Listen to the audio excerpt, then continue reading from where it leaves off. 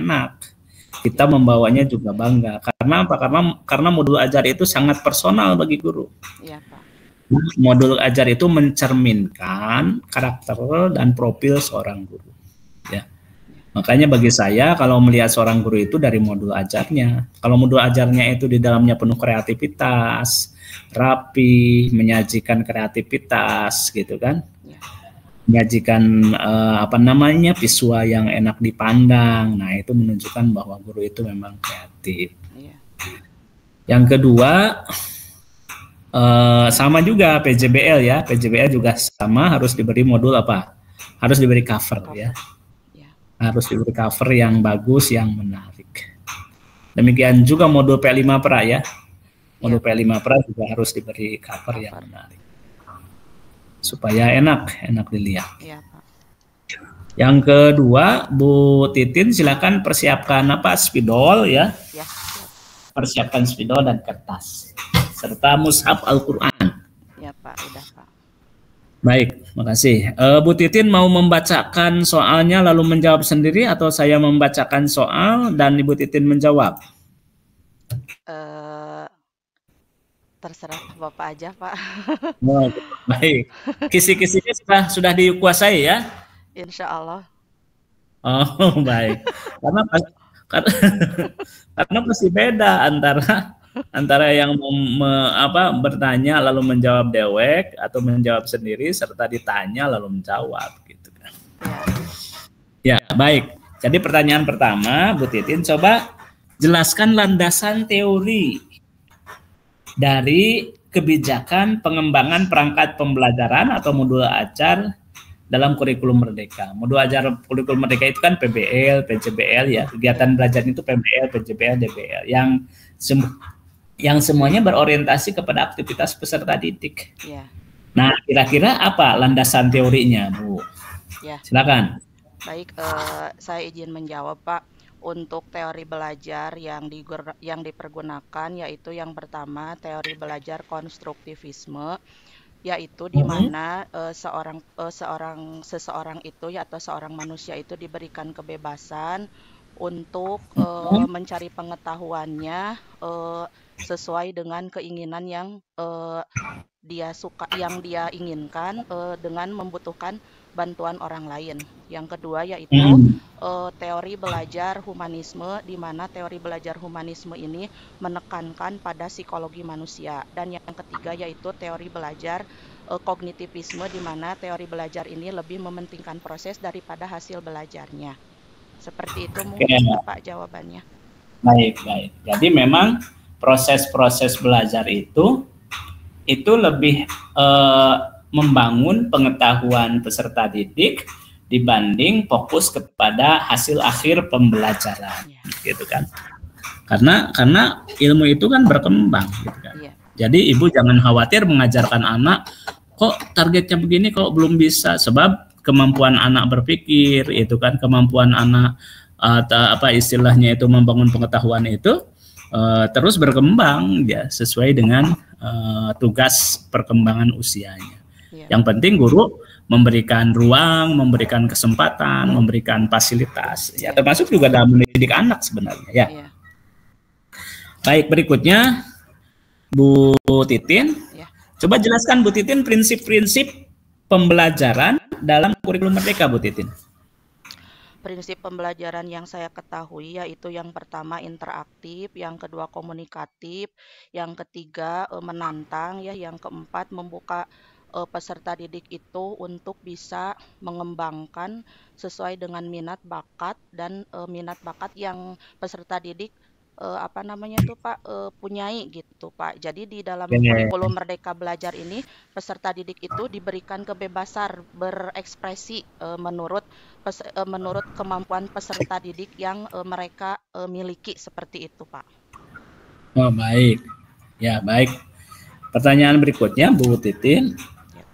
Coba Bu Titin jelaskan tahapan-tahapan atau langkah-langkah yang harus dilakukan oleh seorang guru ketika dia mau menyusun dan menetapkan tujuan pembelajaran. Apa saja langkah-langkahnya, terutama dalam kurikulum Merdeka ya, bukan dalam kurikulum 2013.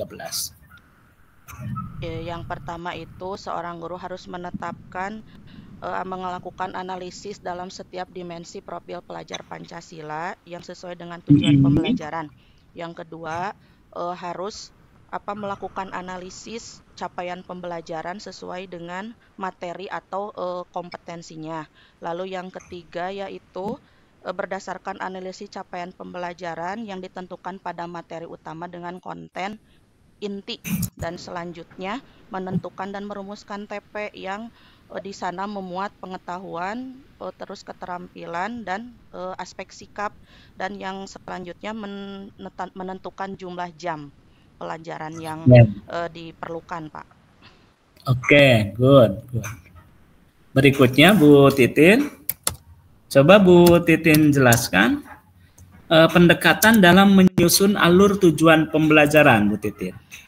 Yaitu alur tujuan pembelajaran itu tidak boleh terputus ya, harus nyambung terus. Terus yang kedua, alur tujuan pembelajaran itu bisa dikolaborasikan. Misal guru kelas 1 bisa berkolaborasi dengan guru kelas 2. Terus alur tujuan pembelajaran itu harus Pak, dari langkah-langkah yang sederhana ke langkah-langkah yang rumit gitu. Terus harus jangan penyusunan ATP itu jangan lintas fase gitu, Pak. Seperti itu yang saya pahami. Betul, jangan lintas fase. Ya. Kalau lintas elemen boleh nggak? Kalau lintas elemen boleh. Boleh. Boleh ya. Betul. Boleh. Kalau lintas elemen dalam fase kan boleh ya. Ya. Boleh, cuman memang agak sulit ya. Ya. Agak sulit memadukan ATP dengan lintas elemen dalam fase. Ya tetap saja harus per elemen kan? Iya. Per elemen. Misalnya kalau lintas elemen itu kan seperti ini Bu Titin. Misalnya mengajarkan keterampilan Al-Qur'an, membaca Al-Qur'an, tetapi sekaligus menggerek kompetensi sejarah. Nah kan sulit. Sebab pasti ayat Al-Qur'annya harus terkait dengan sejarah, dengan materi sejarah, gitu kan. Kecuali mungkin misalnya merumuskan kompetensi membaca Al-Qur'an dengan fikih puasa, ya bisa, karena di situ ada ayat Al-Qur'an, ya. Ayat Al-Qur'annya ya tentang apa? Tentang puasa. Tentang puasa. Nah itu bisa, itu lintas elemen dalam satu fase, tetapi ya tidak boleh dalam itu. Baik Bu Titin, selanjutnya apa yang disebut dengan TPACK Bu Titin? TPACK itu adalah integrasi teknologi dengan menyambungkan pendekatan pedagogis yang yang tepat ya untuk menyajikan sebuah pembelajaran sesuai dengan konten atau materinya. Betul. Jadi integrasi itu artinya kan penyatuan ya. Ya. Penyatuan teknologinya harus tepat, pedagogis atau pendekatan pembelajaran yang tepat untuk materi yang juga harus sesuai dengan karakteristiknya. Baik, nah sekarang perbedaan antara PBL dan PJBL apa Bu Titin? Kalau PBL itu si peserta didik dituntut untuk bisa bernalar kritis ya, berpikir kritis untuk memecahkan suatu masalah. Sedangkan kalau PJBL, siswa itu dituntut untuk bisa membuat suatu produk dari materi yang disampaikan. Oke, jadi bedanya di akhirnya ya? Iya. Di akhirnya kalau PBL itu menyelesaikan masalah, ya. Kalau PJBL menghasilkan produk. Ya. Betul, good. Selanjutnya coba Ibu jelaskan pendekatan dalam menyusun atau landasan ya, landasan yang biasa Ibu guru pernah ketika menyusun materi ajar. Yaitu yang pertama menggunakan pendekatan deskripsi. Yang kedua melakukan pendekatan rubrik, dan yang selanjutnya pendekatan skala atau interval nilai, Pak. Interval itu materi ajar atau tujuan pembelajaran? Pertanyaannya gimana, Pak? Mohon diulang lagi. Baik, jelaskan landasan Ibu dalam menyusun materi ajar atau mengembangkan materi ajar. Kalau tujuan pembelajaran betul tadi. Sekarang landasan Ibu dalam menyusun materi ajar apa? Landasan dalam materi, yang pertama Pak, analisis dan identifikasi ruang lingkup materi PAI pada rumusan CP fase. Yang kedua, menganalisis materi pada CP elemen. Yang selanjutnya, menganalisis keluasan dan kedalaman materi. Dan yang selanjutnya, menetapkan dan mengembangkan materi ajar yang sesuai dengan tujuan pembelajaran. Betul. Jadi nggak mungkin materi ajar itu lepas dari ruang lingkup CP elemen gitu kan pada fase yang dibidik. Baik. Berikutnya coba sebutkan atau jelaskan 3 pendekatan dalam menyusun materi ajar. Kalau tadi landasan, sekarang 3 pendekatan dalam menyusun materi ajar. Dalam menyusun dan mengembangkan materi ajar. Misalnya kan ada pendekatan multidisiplin, ada pendekatan multiperspektif. Apa itu, Ibu? Ya, pendekatan multiperspektif yaitu menyajikan suatu gagasan atau teori ahli teori ya yang mempunyai yang berbeda tetapi disiplin ilmunya itu sama, sedangkan pendekatan multidisiplin merumuskan dan mengembangkan materi dengan mengintegrasikan disiplin ilmu dengan rumpun yang berbeda, tujuannya untuk memperluas pandangan dan wawasan tentang materi itu agar lebih mendalam, Pak. Seperti itu. Tuh. Baik, terima kasih. Ya, Pak. Selanjutnya Bu Titin, apa sih fungsi asesmen awal, Bu Titin? Bisa menjelaskan nggak, Bu Titin? Iya, fungsi asesmen awal untuk mengetahui kemampuan peserta didik ya, masing-masing peserta didik itu secara menyeluruh, secara komprehensif, sehingga kita itu akan paham bagaimana keragaman dari masing-masing peserta didik kita itu dalam melakukan proses pembelajaran. Oh, keragamannya ya nanti ya. Monggo Bu Pat. Ya. Baik. Nah, sekarang kalau fungsi tes formatif apa? Fungsi asesmen formatif atau sumatif? Kalau tes formatif yang saya ketahui untuk mengukur peserta didik ya, ketika peserta didik itu setelah menyelesaikan satu bab pelajaran. Sedangkan kalau asesmen sumatif itu dilaksanakan selama satu semester atau per 3 bulan gitu, PTS ya, ada PTS kan ya, ada yang masih PTS, ada yang enggak gitu, Pak. Betul, ada yang PTS, ada yang semester. Yang PTS itu maksudnya sumatif. Ya, yang PTS maksudnya sumatif. Baik. Coba Ibu jelaskan, Bu, dalam konteks teori Bloom, apa yang harus dipertimbangkan oleh seorang guru ketika mau menyusun asesmen yang berorientasi HOTS, Bu? Ya, berarti guru tersebut harus mempertimbangkan dengan taksonomi C4 yaitu menganalisis, taksonomi C5 yaitu mengevaluasi, dan C6 itu create atau menciptakan. Ya. Oke.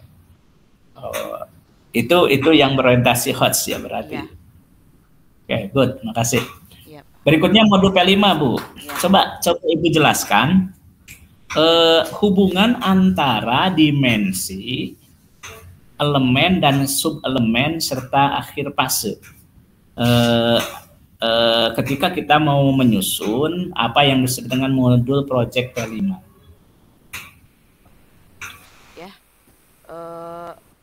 Langkah-langkah untuk menyusun modul P5 yaitu yang pertama kita harus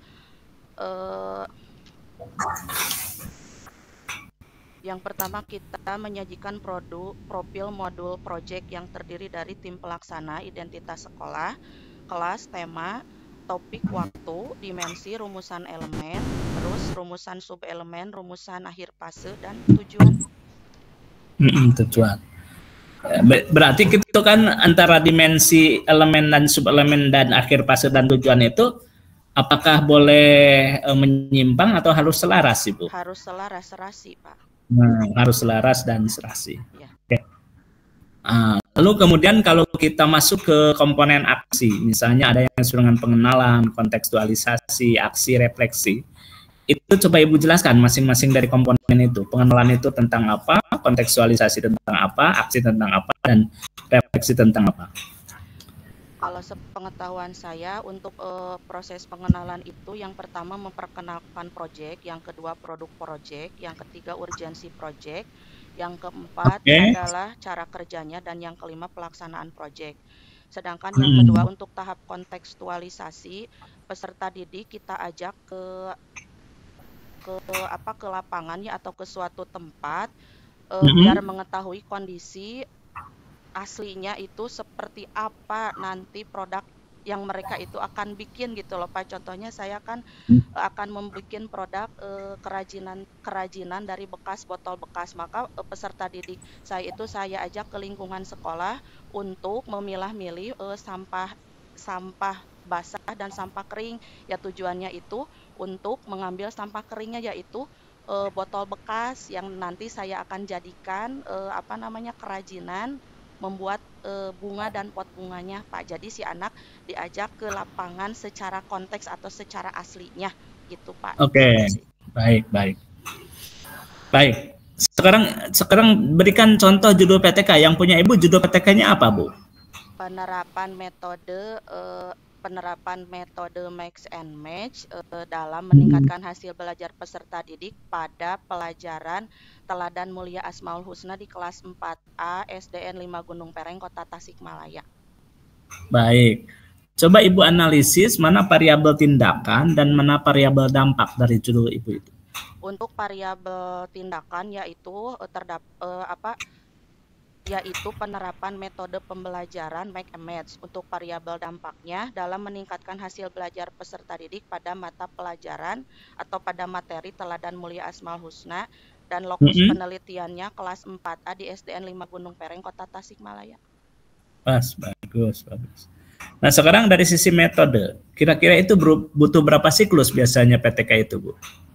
2-3, Pak. 2-3 siklus, ya. Gitu kan. Nah, lalu komponen siklusnya itu terdiri apa saja yang harus dilakukan oleh seorang guru itu?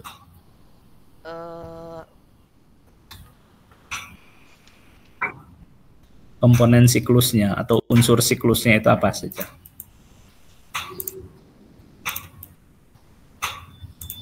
Yang pertama itu kita melaksanakan perencanaan, pelaksanaan, observasi, dan refleksi, Pak. Oh ya. Jadi setiap siklus itu harus melakukan itu ya? Iya, Pak. Baik, terima kasih Ibu. Ya, Ibu sama-sama, Titin. Pak.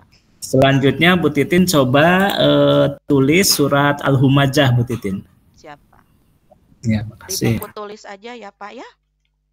Di buku tulis tidak apa-apa Pak? Atau harus di kertas? Tidak kedengaran Bapak, maaf itunya.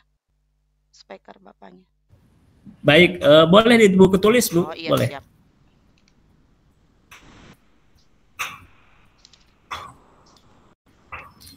Gimana Bu?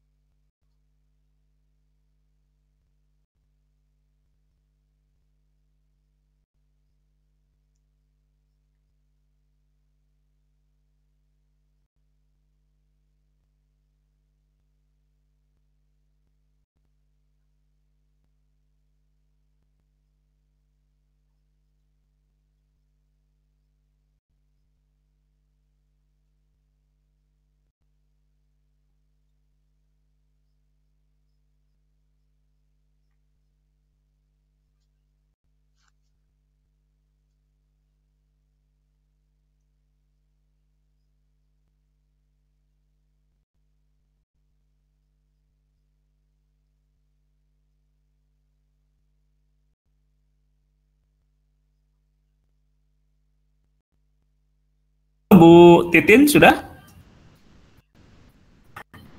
Ya, coba Bu Titin diperlihatkan, Bu Titin. Baru selesai 4 mau menuju 5 ayat, Pak Kajur. Nggak apa-apa, sesudahnya saja. Siap. Kelihatan, Pak. Oke, wailul likal. Oke. Sudah cukup, Pak. Cukup, ya, kasih. Ya, intinya memang karena pertama kita bukan khotot ya, kita bukan penulis khot. Ya. Tetapi kalaupun bukan penulis khot ya tetap kita harus berlatih untuk menulis halus ya Bu ya. Iya. Menulis Arab yang bagus. Iya, Pak. Nah, sekarang coba Ibu demonstrasikan bacaan surat Al-Humajah yang tadi, silakan. Ya. A'udzu billahi minasyaitonir rajim. Bismillahirrahmanirrahim. Wailul likulli humazatil lumazah alladzi jama'a malan wa 'addadah yahsabu anna malahu akhladah kalla layumbadanna fil hutamah wa ma adraka mal hutamah narullahil muqadah allati tattali'u 'alal afidah innaha 'alaihim muqsadah fi 'amadin mumaddadah sadaqallahul azim. Baik, terima kasih. Baik, saya kira cukup ya Bu Titin. Pertama, tentu saja terima kasih atas kesediaan Bu Titin berdiskusi. Ya. Yang kedua, mohon maaf apabila ada sikap dan kata-kata yang kurang berkenan. Yang ketiga, semoga Bu Titin tetap menginspirasi dan terus bersemangat untuk belajar, meningkatkan kompetensi, serta menghasilkan satu kegiatan pendidikan agama yang berkualitas bagi anak-anak kita. Ya. Karena ini bukan hanya tanggung jawab kita di hadapan anak-anak, tetapi tanggung jawab kita di hadapan Allah Subhanahu wa Ta'ala. Ya, terima kasih ya, Bu Titin. Sami-sami Bapak, terima kasih juga kepada Bapak yang telah memberikan saran motivasi ya. Semoga saya ke depannya jauh lebih baik lagi, Pak. Sehat selalu buat Bapak. Amin. Makasih Bu Titin ya. Sami-sami Bapak.